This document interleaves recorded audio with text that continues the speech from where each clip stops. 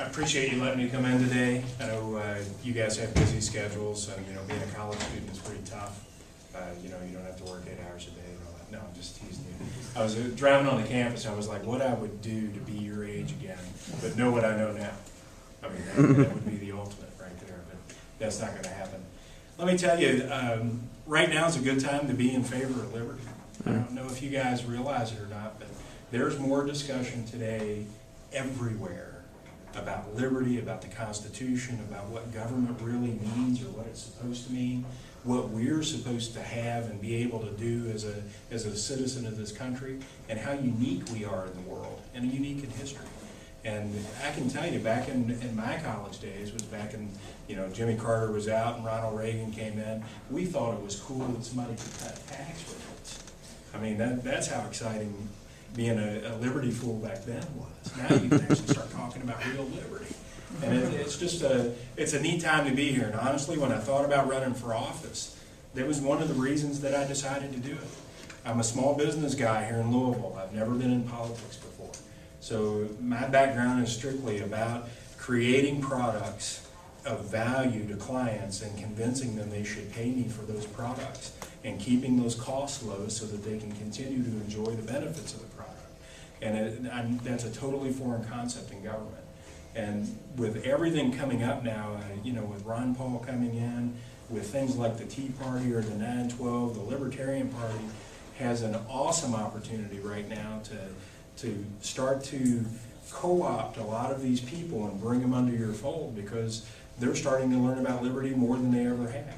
And really, that whole vacuum is one of the reasons I got into the race. And I want to tell you a little bit about why I'm running. And we have 4 corners to our platform. And the first corner of that platform is state sovereignty. When the founders started the country, they gave us 3 amendments to the Constitution that meant a lot in terms of protecting our rights at the state level and at the individual level. And they're the 9th, 10th, and 17th Amendments.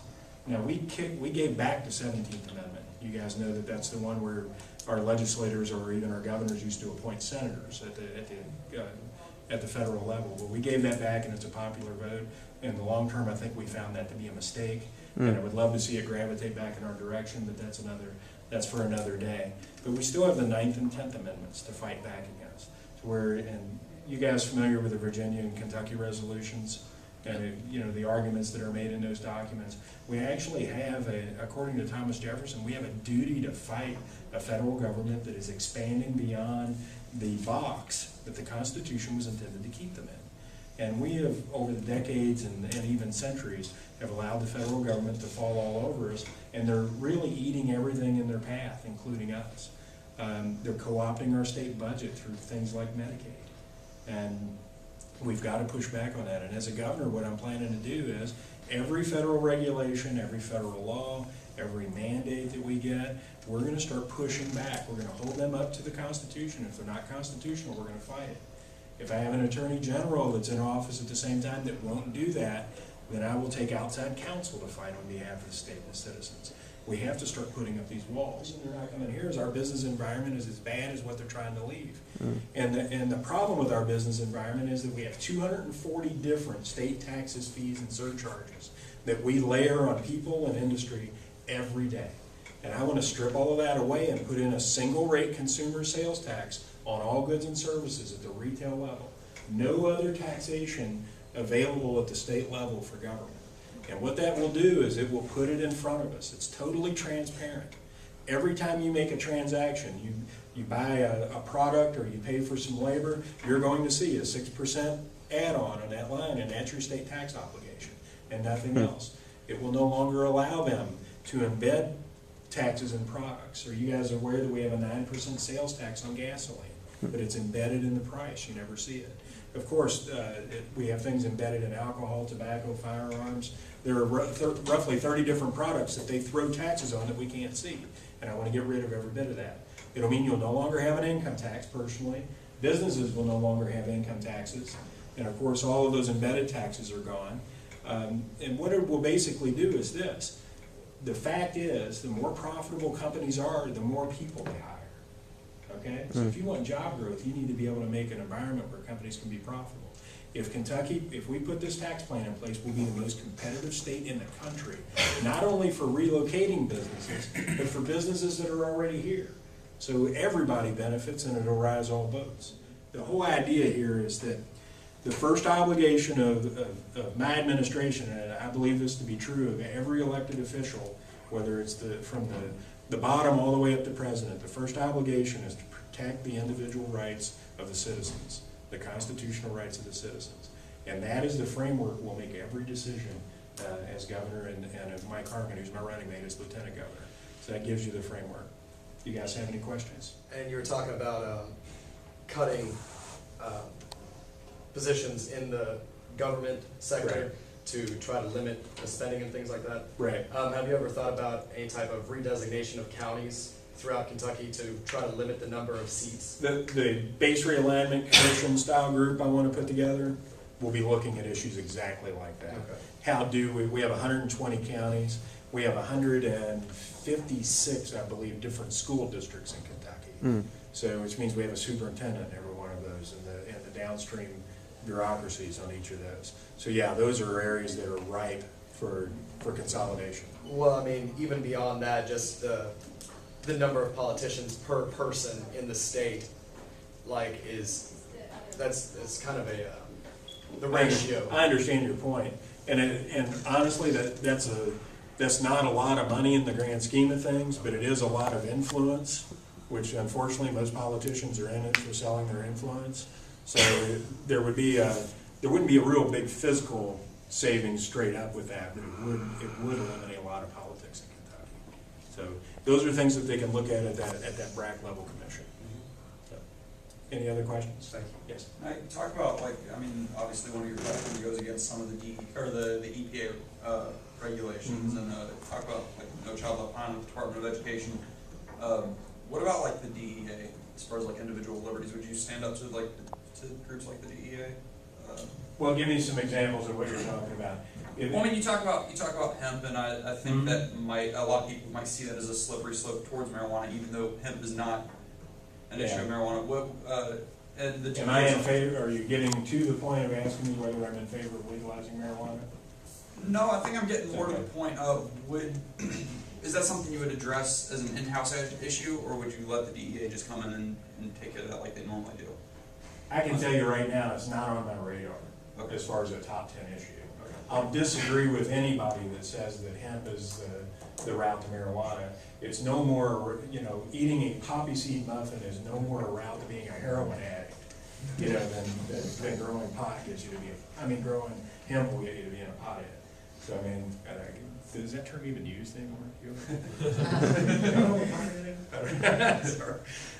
But yeah, I'll disagree with that aspect of it. But there are certain things in our Four Corners platform. Those are the ones that we're going to go after right away, and then we'll expand the base from there. Okay. But I think the ones that we have in the platform will do the best. You guys are familiar with the concept of low-hanging fruit, right? Yeah. I mean, it's a business rule. You go after low-hanging fruit. The Four Corners are our low-hanging fruit, if you will, and then we can expand out from there. Any other questions? Yes, sir. When you were talking about how, like, reforming the tax system in Kentucky, that was something like that. Like, how long would you say that would actually take in making Kentucky a sales tax state? Putting aside how long it'll take to convince the legislature to do it, well, that may take some time. But when we do it, it has to be a cliff change. It's a light switch change. Okay, on December 31st of one year it dies, and on January 1st the new system comes into place. And the reason is there is too much risk to have a state sales tax on everything coexisting with other forms of taxation, fees and surcharges, because what will happen is they'll never get rid of the taxes, fees, and surcharges. They'll figure out in the next legislative session how to preserve all of that. As a matter of fact, it'll require a constitutional amendment to do what I'm saying, and I would be willing to put what I'll call poison pill language in that, to where if any other tax fee or surcharge is enacted by the legislature, that the sales tax is abolished. It's gone. I mean, that way there's none of this, dinkering with all the with all those fees and surcharges. It drove me, I almost didn't get, well, this isn't entirely true. I got really mad when I got married that I had to pay a $35 tax to get married. And I told my wife, you know, forget it, I don't need to tell the state. So, you're gonna do it. I'm like, all right, $35. But you know, if you go hunting, you have to pay a tax. If you go hunting for deer, you have to pay another tax. You know, if you go fishing, you have to tax. I mean, and they're just picking us apart. You know, and the fact that you own a car, you have to pay a tax. I mean, that kind of ridiculousness needs to go away. Yes, sir. I'm definitely a fan of one simple flat tax, like you're talking about sales tax. What makes you lean towards a flat sales tax versus a flat income tax? That's a great question, and there's two parts to it. One is an income tax allows the government to take money from you regardless of what they're doing. Okay, so if the economy's going to heck in a handbasket, they're going to take your income regardless. What I want to do is I want to tax, or I want to tie the financial interest of the state to the financial interest of the economy. You know, our economy grows when private sector transactions increase, okay? So I want the state focused on keeping private sector transactions as high as possible and increasing as much as possible. I'm talking about the exchange of goods and services. If we can tie their revenue to that, then it's going to be good for all of us. You follow what I'm saying here? We're rowing the boat in the same direction, if you will. On the income side, if we have a down economy, or let me give you a different example.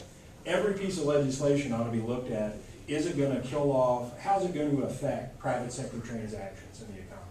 If it's going to have a detrimental effect, that means the state's going to lose revenue. So you don't want, you want us in the same boat rowing in the same direction. That's why I prefer it over the income tax. An income tax is just a way to take money from you. And the other aspect of income taxes is they tend to take more money from people that make more money than they do from people that take less money. I mean, we're to the point now where about half of our folks in the country don't pay income taxes, you know, somewhere around that. So I want to get away from that. It would make it where everybody pays the same percentage, because every time you purchase something, you pay that 6%. And it makes it much more fair. Do you not You think decide to die or you decide to fight. And we're in that stage right now in these industries. We have to decide we're going to fight that infrastructure, and it's going to be nasty. So you're taking Chris Christie type of approach? Chris too? Christie approach. Yeah, and I like it a lot, so. I mean, I'll give you an idea here, and I brought this with me because it's too long for an old guy to remember.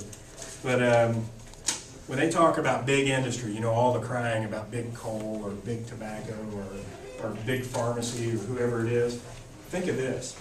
In the 2006 or the 2007-2008 election cycle, all right, America's two top teachers unions, the NEA and the AFT, are the two federal level. KEA is part of NEA, okay? They outspent AT&T, Goldman Sachs, Microsoft, Walmart, General Electric, Chevron, Pfizer, Morgan Stanley, Lockheed Martin, FedEx, Boeing, Merrill Lynch, ExxonMobil, Lehman Brothers, and Walt Disney Corporation combined in elections. And that's some big companies.